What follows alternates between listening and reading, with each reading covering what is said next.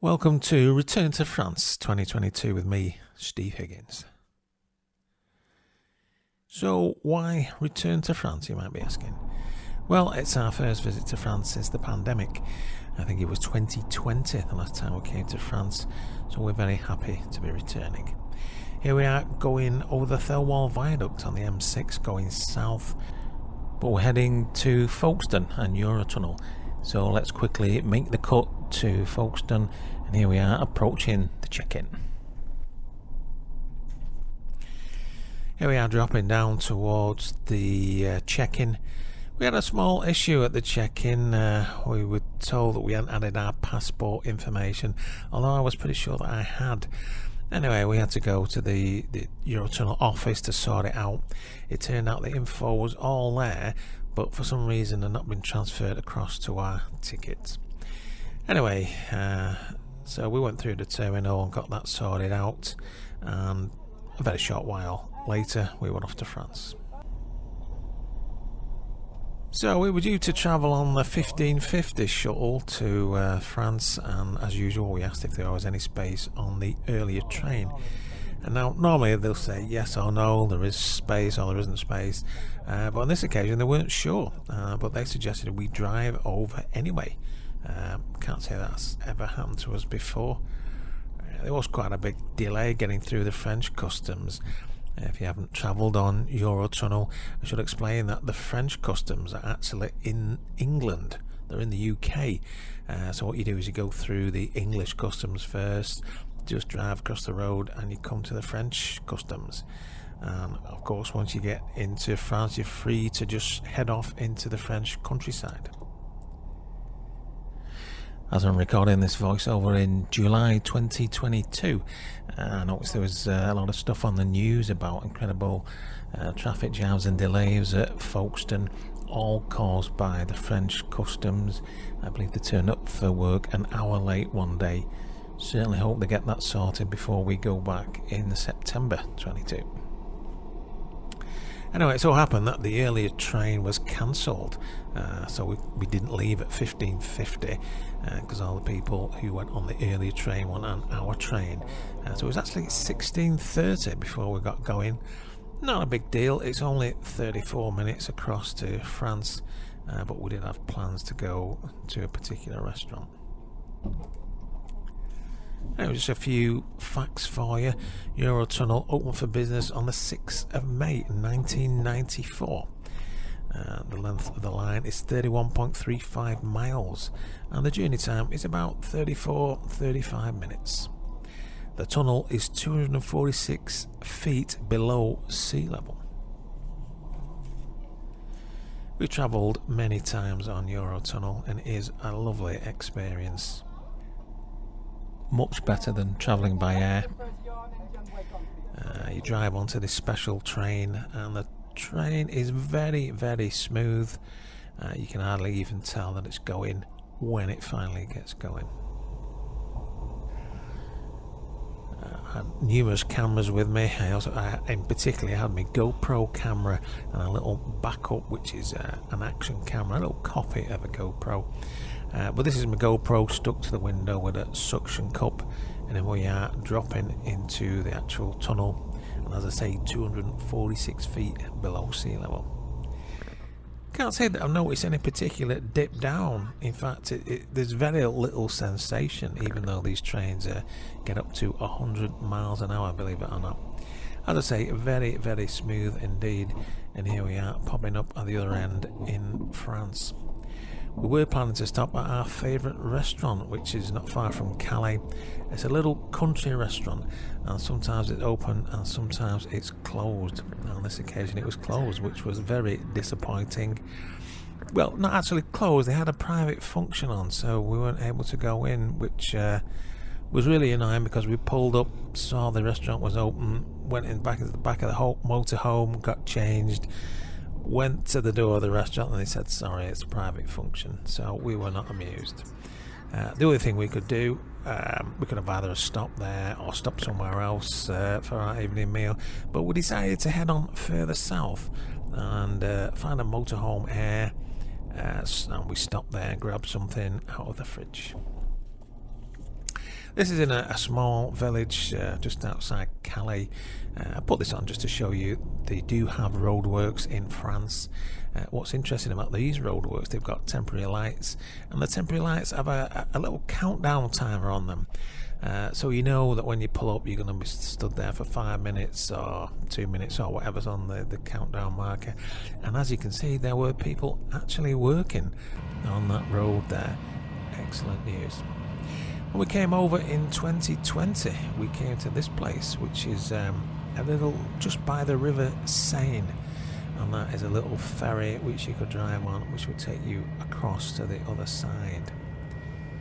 It was a lovely little place with a little park with areas for motorhomes and a short walk to a small village where there were plenty of restaurants. And the day we were there were plenty of ships going past, in particular this one just gliding along the River Seine, going I think towards the sea. Anyway, let's get back to 2022, and here we are going on this dual carriageway going further south.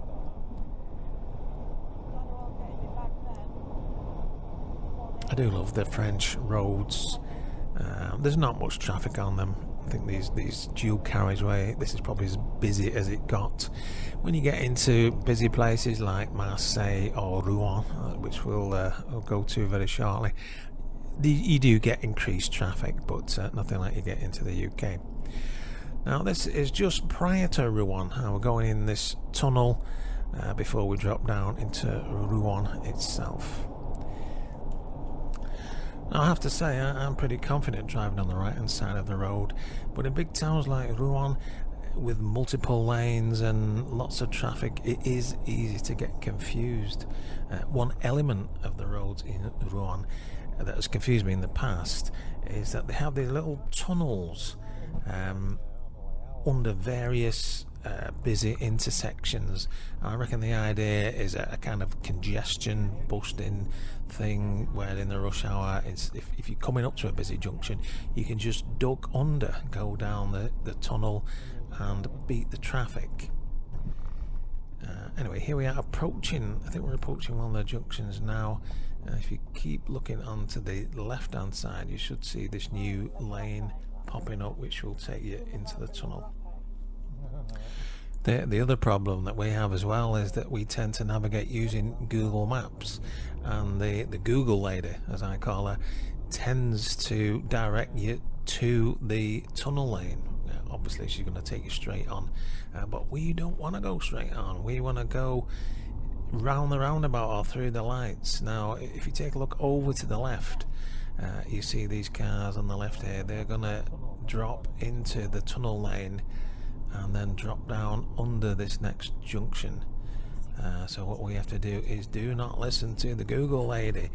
I mean, this particular junction, it was a green light, so you don't save anything by going in the tunnel, but obviously if that was all stopped and it was rush hour, it'd be great stuff. Now if you look over to the left, you see the traffic emerging from the tunnel, and you see that height limit there, 2.6 meters, so we do not want to go in there.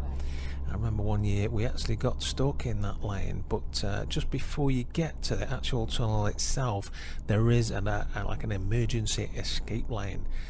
So if you're ever in Rouen in a motorhome or a tall vehicle, just make sure you don't go into those tunnels, and if you do, look out for the escape lane. Anyway, they are handy in the rush hour if you're in a motor car and you're able to bypass the traffic jams very easily.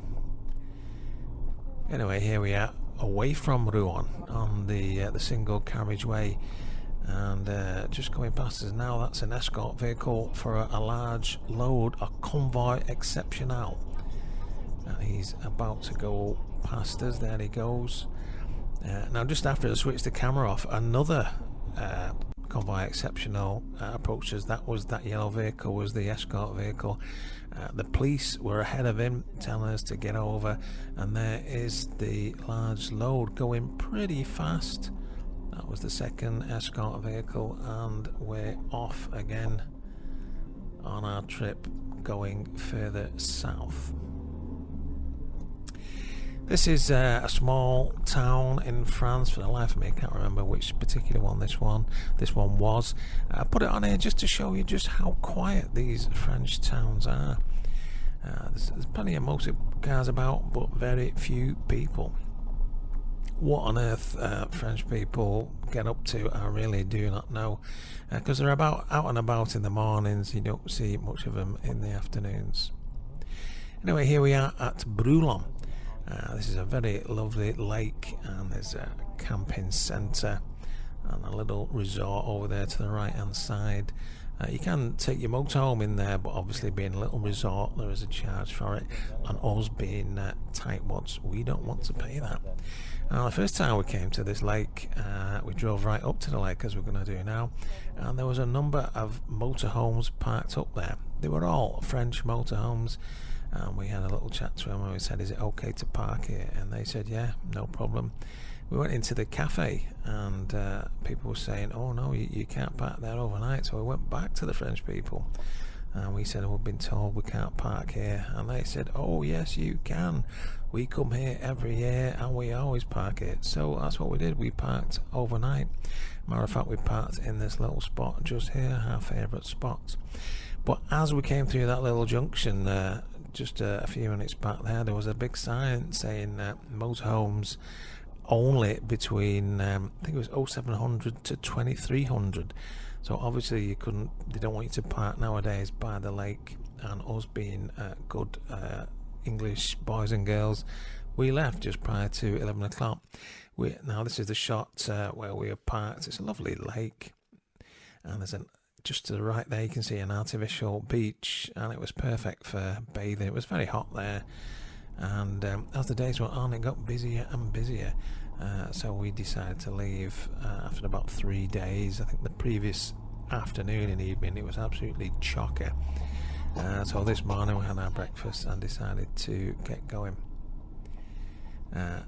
We went out one day to get some supplies, get some bread and whatnot, and then we noticed another sign saying no motorhomes in the car park, which I didn't say until that particular trip. So whether you can park there overnight in the car park, I really don't know.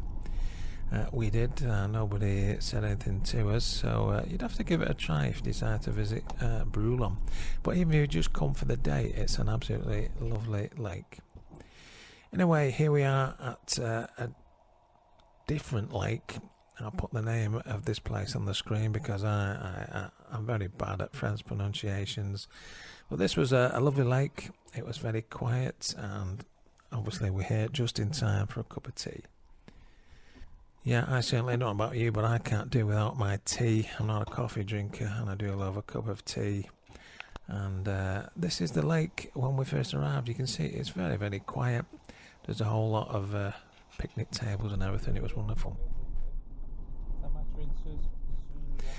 This is on the way to the Loire. In fact, that's the Loire River on the left-hand side. And on this particular day, we were looking for a brocante, a vide-grenier, which is a kind of a vide-grenier is a loft sale. It's like a car boot sale in the UK, but a brocante is something slightly different. It's an antique fair.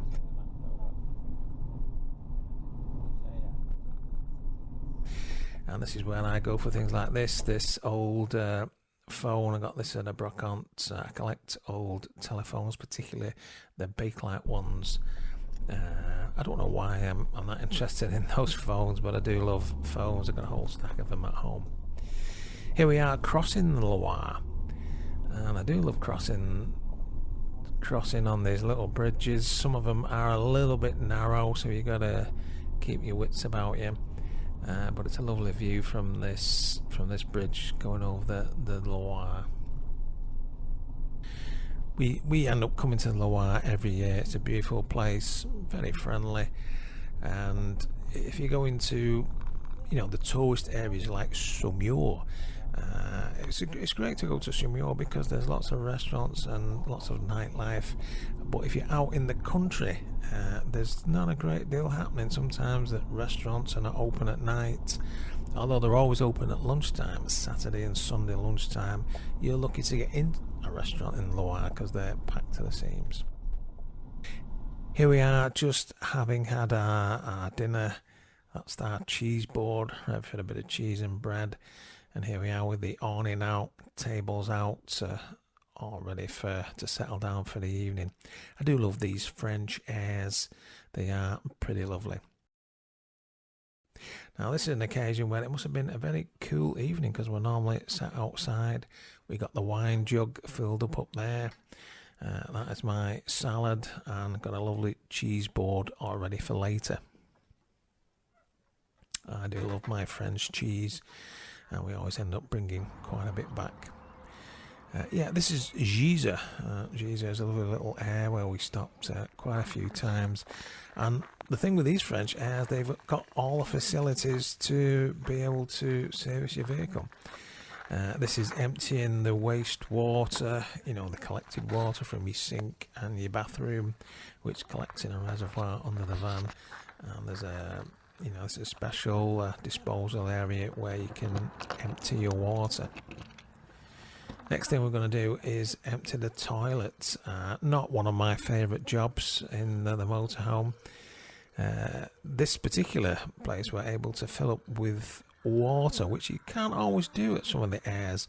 Sometimes you've got to buy a jeton, which is like a little token. You buy it from the local shops, put your jeton in the machine, and it gives you so much drinking water.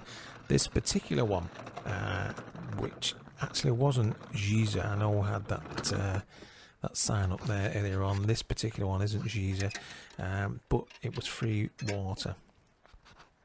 I should tell you in advance that I did a little bit of editing, so you're not going to see anything nasty coming out of that toilet when we empty it. But I do worry sometimes as I'm in the motorhome, I start thinking to myself, where am I going to empty the toilet? Our toilet, I like to empty it after about 3 days. You get a lot of people who try not to use their toilet, and I suppose we're the same in a way. I don't like to use it too much, but if you gotta go, you gotta go. What's the point of having a toilet if you're not going to use it? But after 3 days I start looking for places to empty, and in France it's not a problem. There's always an air and there's always somewhere to empty the toilet. In the UK it's a different story. You can't always find somewhere to empty it, but luckily in France it's a great place for motorhomes. They welcome motorhomes, and they've got the stopping places and the facilities for motorhomers.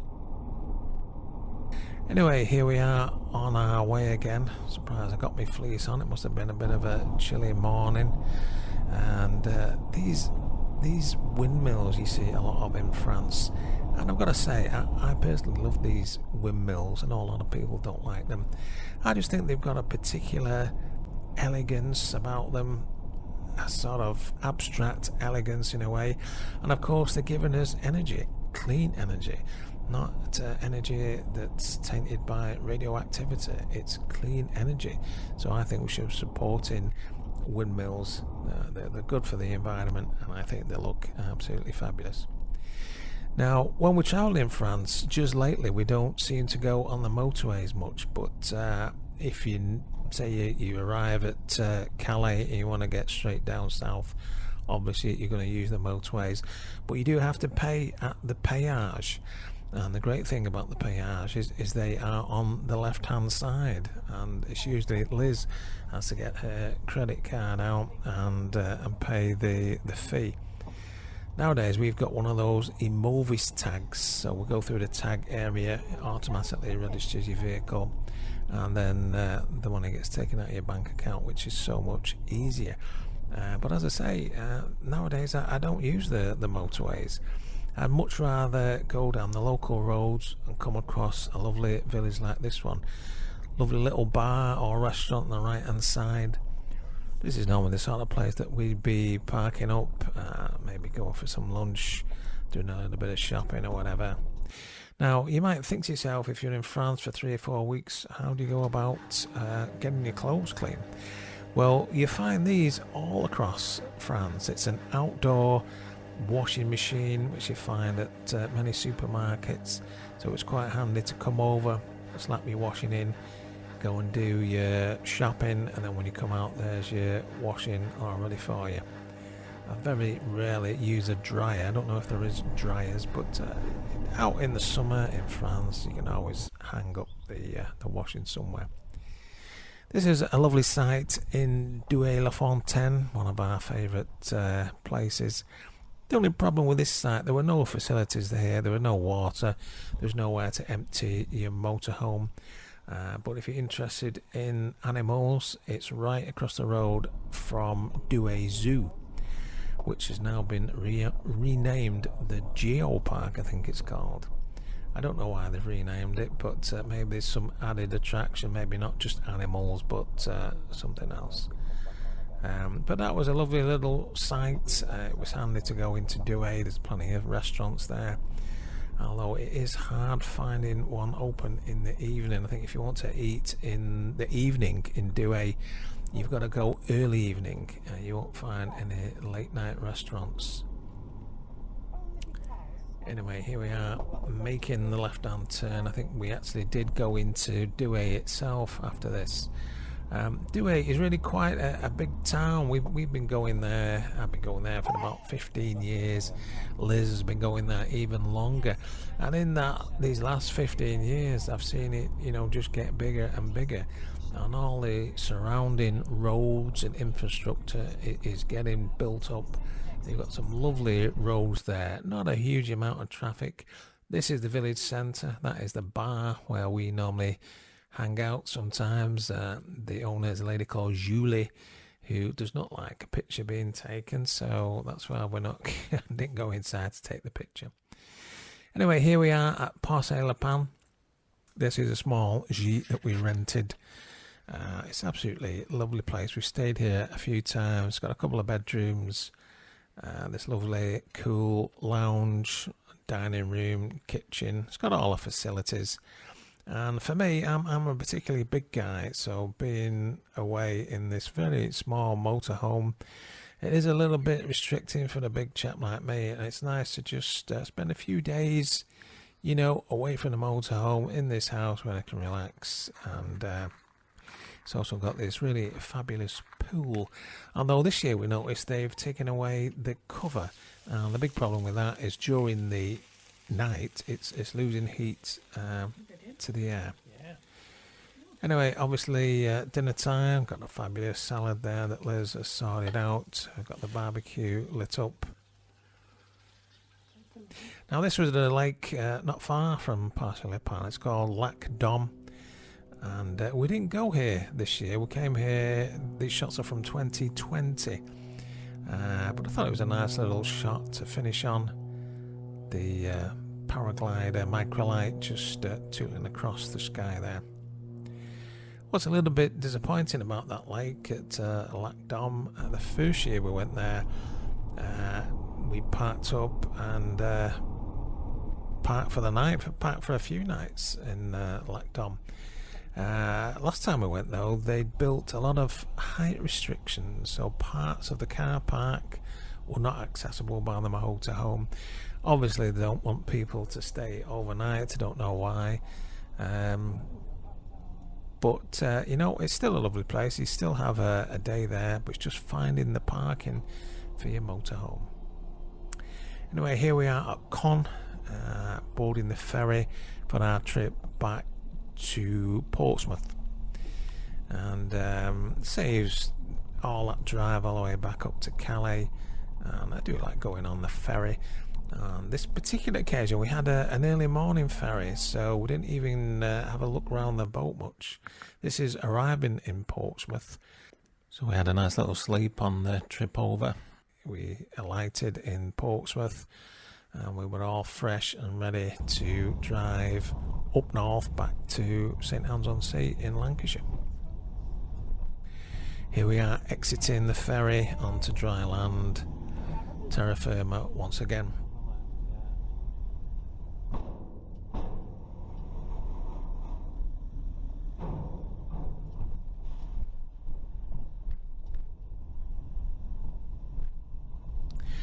So that was the end of our trip. Thanks for tagging along. I hope you enjoyed it. I certainly did. Thanks for watching, and I hope you're going to give me a like and maybe even subscribe. As you know, I'm Steve Higgins, and you can find out more about me and my work at stevehigginslive.com.